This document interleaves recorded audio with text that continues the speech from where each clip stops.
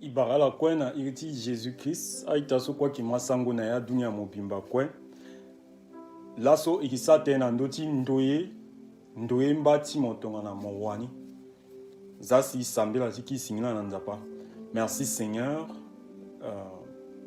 aide-nous à mieux comprendre, à mieux cerner ta pensée sur l'amour du prochain et aide-nous à appliquer ta parole au nom de Yeshua Mashiach. Amen. Bien aïta, nzapa pika beti nandoti tenezo zwala kembati mbizwa.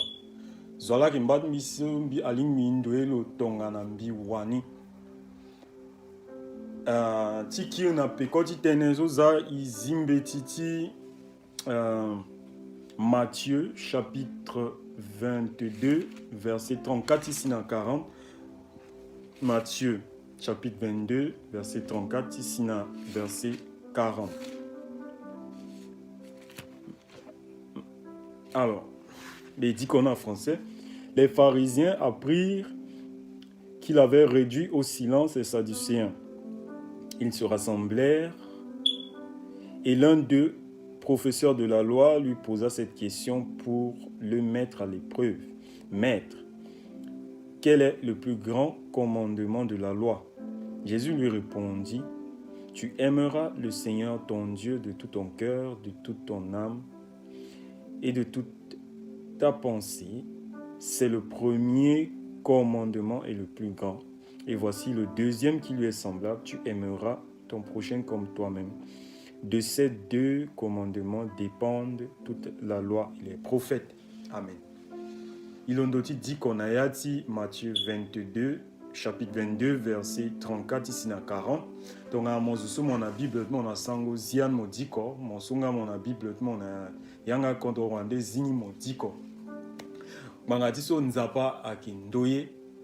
Mbati ndoye ti lola si Jésus-Christ agana ndoti sese ti kwing bangati isola ni ingalope. Si laso na yati ndoye ti lola si iki diko mbeti ti nzapa iki ti inga tene ando tenti nzapa. Zwala ki mbati mbizo. Mbati mbizo, mbati mozo, ita mozo mo masango mozo na RCA. Ngana mo centrafricain so na kodo wande ita kuli ita wali baba na mama. Mbati zo aki azusu kwe angoroye so yingala. Me azusu nga kwe yingala pe akinga wande kwa kimbati zo. Alimi indoye azo tonga na iwani. Indoye azo tonga na iwani. Mbati Jésus alondo ti tenayi que mbati ndoye alimi ndoye zapa ko jonisi. Andoni alimi ndoye azo. Tongana nzapa so la ko ibalo na lepe. Ndoye mbati tongana. Si to yeti ndoye nzapa so la ko ibana lepe. Mais agina legeti ndoye la si ike wara legeti pardon. Mbati ake zoswa manabe, akinga zoswa manabe pe, ake musulman, ake musulman, ake chrétien, ake kaba, ake banda, ake bandiri, ake mbaka, baya. Nayati ndoye teneti mara ake dape, nayati ndoye teneti bira ake dape. Mon chrétien, so mon chrétien. Alimbi tomo irritereti mon chrétien wala mo lingeti Jésus-Christ. Qui était Christ? Alim mosa ye tonga na Jésus-Christ. Jésus-Christ agati te afana iligeti ndoye. Ndani la limbi indoye mbati tonga na iwani. Tonga na mona ye muna mbati mo tonga na kobe munalu. Tonga na mona kete pata simbati mo undamo. Si alimbi mo munalu. Muni mo munalu unda eti pekona pe. Tonga na moke chrétien, sara ye tonga zosi moke fana leti nzapa ke ba mo ndoye lo nzapa so mo balo pe. To mo eti ndoye nzapa so mo balo la ko pe alimi mo ndoye azo so mo bala. Ba tene ni so Jésus a tene la. Mon zozo mon petit tene anga mo ke moke chrétien et puis mon ndoye ambati mo pe so ina ligue na pe. Mon petit moke chrétien et puis mon la moke na ati bira mo na ati fangozo mo ake ton so pe. Mon chrétien, mon chrétien, mon ati tenti mara aki njona pe. Mote moki chrétien moki bawande mo zere lo zerengo aki njona pe itatni. Mbati mozo aki munju aki zovuko aki musulman aki ausa aki zoti 5 kilo so alimbi mo ndoyelo na mo pardonner lo na mo komo undana lo pardon aki ngangu mingi biana ngangu mingi me aki yesu i besoin na RCA na ndembe sula titene kodoti amai i besoin nzapa ko joni i besoin ti ndoye nzapa ki zwa nzapa ki Jésus Christ lola lo ki njoni lege so gona ina lege ti fini lola lo gande ti kamata yi ala so ala de tinga lo apeza sa zima beta na lo ti ten lo fana i lege ti pardon na lege ti tene ti lo to izimbe ti nzapa na iba sango ti tereti mbetiti nzapa e tatarati ton iba tereti a chrétien iki imba salte mingi zasi iki na lege te nzapa indoye mbati mozo so mona gbati pata zasi mo tambla na ndo tia mbati mozo ya na pa na gbati ana nginzapa so a irina tene orgueil na lege ti ndoye tambla na ndo tia azoso na ya pe aki bien pe mozo so nga mona ya pe mona pata pe alimbi moza ben na zoso na gbati nginza pe ngati mo inga yeso lo sasi lo wa gbati nginza ti lo pe so to moza ben na lo kanda ayi nya tene frustration ndoye ti Jésus Christ akina yana pe mo ndoye mbati mo to amo wana pe mo zoso mo dégoûté ti mo na lege ti dengo yaka lungo gozot mo sara kwati gozot mo na lege ni ngati aki ngati gozot mo la i wa ko besi ite mozo sunga mo bata nyama mo na ligini ngati mo la si iwa nyama si ite mozo sunga mo sa kwati bureau aki ngati mo la si RCA aki na Johnny administration sa kwati mo na ligini alimbi zokoko asara aluti na plaso alimbi lo doiti dutita alimbi zo sa kuta beti ti lope so aki ndoye ngombati mo aki kiengo kutabe aki tenengo vérité to mote vérité na mbatma okanda mondo yelo tonga nanga mo gana mbageti lo si mo muna lo ye mo muna lo maboko senge si mo unda eti pekona pe sunga aki ndoyela i petit ba exemple ti ndoye na tereti bon samaritain na ti Luc chapitre 10 verset 25 ti sina 37 j'espère qu'à la soirée na bible ti français ala alimba ala dikoni ala sunga inga ti diko sango zasa ala diko bible tala na ti Luc chapitre 10 verset 25 ti sinanina 37 soit qui exemple ti ndoye so mbeni zo so si Jésus a sa témoignage a braqueur a mulo a pika lo nzinginza ti lo kwa bilo na lege le ti lo kina popo ti kwa na zingo awa kwati nzapa a braqueur na mulegi on ouais awa kwati nzapa aga on a tereti zo soit qui na sese ala dolo ala zalo ala on awa kwati nzapa azoti ngangondo aga on ala bazoni so amule dia on membeni mbumbu sezo so iriti lo ki samaritain songa lo kene lo gonga la konga église appelle lo ki sanga nyape le londo eti lo tugoti dégouzet lo na kororo lo galo bazona sese lo gana bageti zoni mawagbulo lo muzoso lo occupé na zoni le zayoro na leti katlo le zalo andoti koro le gona na hôpital le payer hôpital na liti zoni et puis le unda na zoti hôpital ni titene tongana ni kiti ni kire kina kiringo tini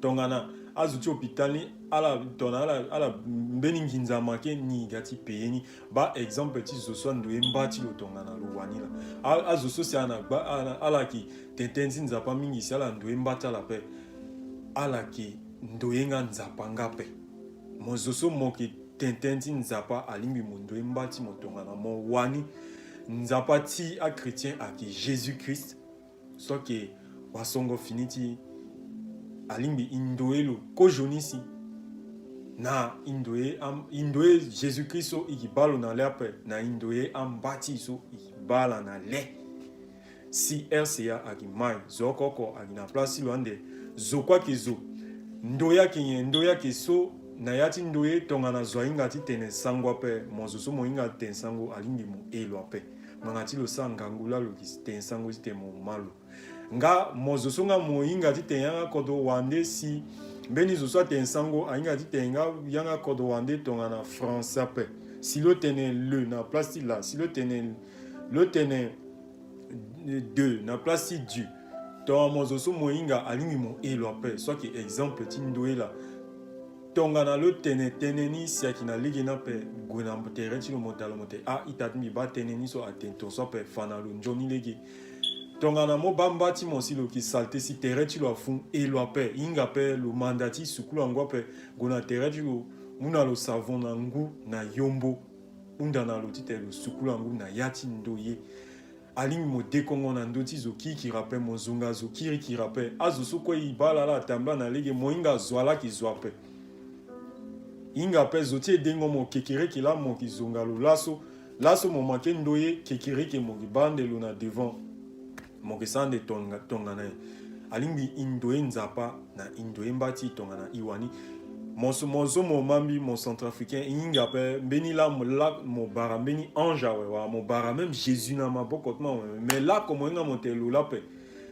nganga ti so si mo eti bagindo na leti mo na yati tereti mo eti giti tene mo wandoye na ati beti mo pe mo bambumbu sezo mo ke elo mo bazo so elo adape mo ke kasalo mo ke tensioni tenetilo izas legeti soni so soit ke shoni sarango eti tere la akina legeti mbetenti nzapa pe mo zosonga mo yeda ti te mo bata mingi chamba ti mo alimi mo sara différence na popota mo lingeti mo na mo lingeti mbatma pe ou bien pe ontene mo batanga zwa pe mais si to mo yeda ti te mo muzo na yanga dati mo keteye amengeti mo akagbia et puis amengeti awande akija boy soki na legi na pe alingbi mo sara traitement égalitaire tenti zo coin so akina legeti ndoye so nzapa a unda zasi nzapa beni RCA aki il besoin Jésus-Christ na ya gigiti il besoin Jésus-Christ tenti RCA il besoin lumière ti lo il besoin ti te iba tereti na ya ti tatara na ya ti ndoye ti nzapa ti tene sango ti tereti a mai si aguna devant si RCA kwa mai banga ti mbeti ti nzapa aki yoro so lingbi ti soin kobela ti beti ti nzapa nga aki kobe so lingbi te si wa fini beti ti nzapa ki tatara so idwa ti ba tereti na ya ti inga wala ki salta pe aya pase mingi na RCA beti azwa zi mingi i besoin ndoye si i mandat pardon moba arabu zongalo pe moba wande sénégalais soit du tia na ya na popoti na RCA zongalo pe lo gangbati commerce tu lola i wanga yesi iki sa giginani buba kwa dape mozoso mo yinga ti saraye so mo yinga ti sarani sara kwa ti mo na legeni mo wa kete yeso mo nzapa muna mo na yati kwani so mandati tene mo vivre na kete yeso mo nani na gbeti maboko sa kutabe ti zo pe ngbati na yati ndoye kutabe na yana pe Jésus a ki exemple ti et puis tona mo di iriti Jésus alingi mo bu zembe ti te mo yona tereti mbat mo pe alingi mo bu balaka ti te mo yona tereti mbati mo pe birala na Sinaï na popota seleka na balaka ambena zo tene aniki chrétien chrétien mo ki chrétien mo mu balaka na titi mo na tereti mbati mo tuku mene mbangati baba mama Jésus a gati tene lo tente na beti c'était le tete na ma petit c'était le sofiniti titene kekere ke ibalo idianti paradis tilo